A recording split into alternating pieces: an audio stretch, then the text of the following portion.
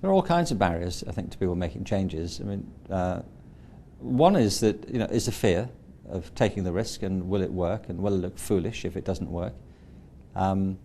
Another is that, people get comfortable with the problem. In a way, they'd rather have the problem they're familiar with than risk it turning into something worse, or taking a chance. And you have to be willing to take a risk, and you have to be willing to fail to move forward at all. I was once talking to a friend of mine who won the Nobel Prize for Chemistry.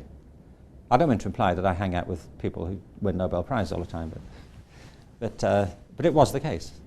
And I asked him, as you do casually to people who won Nobel Prize for Chemistry, I asked him how many of his experiments failed. And without even thinking, he said, I don't know, I should think 90% of them.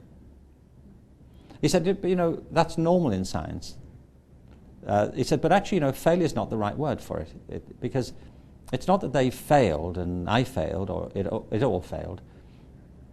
Science is a process of trial and error, and what you find along the way is what doesn't work. And by finding out what doesn't work, you gradually home in on what will.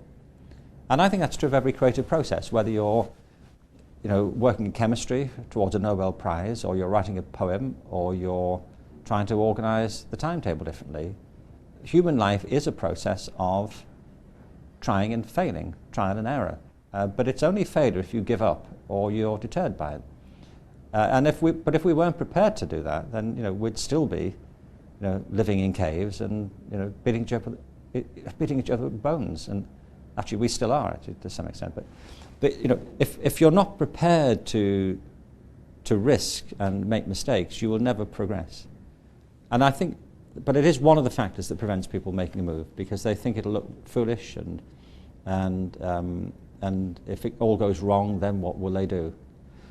But in my experience, if you're prepared to take the risk, there are huge dividends to be paid. My point is that often in a really creative setting, the idea may be very simple, but the outcomes will be unpredictable. You'll often achieve much more than you intended.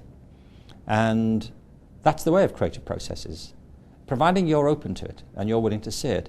And too often what happens is people set out with a very limited sense of purpose. They get fixed on a particular outcome, and if that doesn't happen, they think it failed. But actually, they may achieve more than they ever intended, providing they're sensitive to the possibility of it. That it's about being open to what does happen rather than only to what you hoped would happen.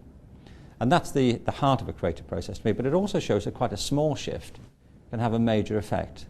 And I think in schools, starting tomorrow, if people make quite small changes, it's often extraordinary how the effect ripples out. Because other people have their energies engaged as well.